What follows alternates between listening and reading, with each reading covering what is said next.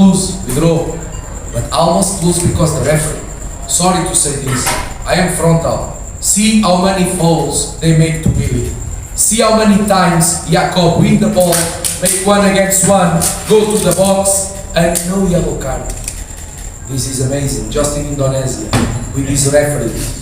You want to put down? You want to put PSM down? Come on! You are joking with the boys, man. We work hard on the week. We work hard on the week to win, to get 3 points, 3 points. And this guy come here, and he's not professional.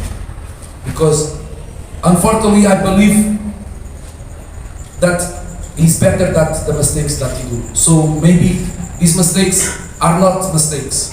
Maybe something that you know better than me.